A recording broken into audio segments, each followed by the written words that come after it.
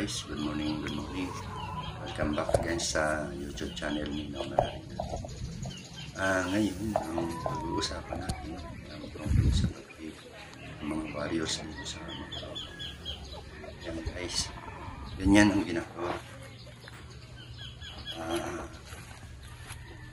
Ilalagay sa flying pen, boarding, at diyan binabasihan mga kilos nila. Rotation sila diyan, tinitingnan kung alin ang mas maliksi, magaganda ang mga katawan. Diyan nila kukunin ang pwedeng sa exam. Kaya maselan at maingat ang pagpili dito sa Macau Farm. Siya nga pala, sa mga baguhan dito sa YouTube channel na ito, guys, paki-subscribe naman, like and share, pakipindot ng notification para sa iba pa namin video. Shout out nga pala sa lahat ng followers ng Macau Farm. Shout out sa inyong lahat, si Eric Lana, Christine, Paring Minyong, Paring Arnel, at si Turk. Shout out sa inyo. Yan, tuloy po tayo dito sa video na ito.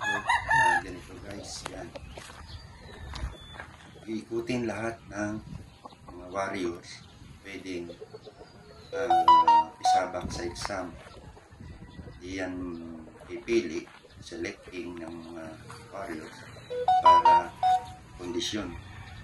At sa pagkukondisyon ay ibibigay ng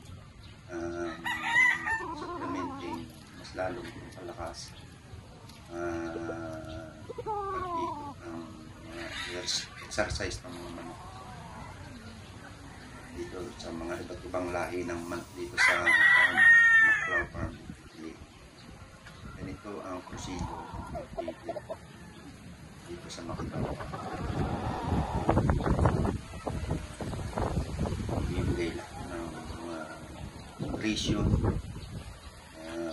injection para mas lalong umibay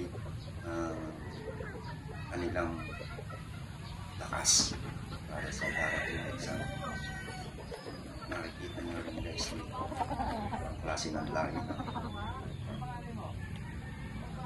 Ayan guys, panoodin natin hanggang sa dulo. Makita natin iba't klase ng lahi ng manok dito guys. Makikita naman natin na sila ay lahat sisikla, relax.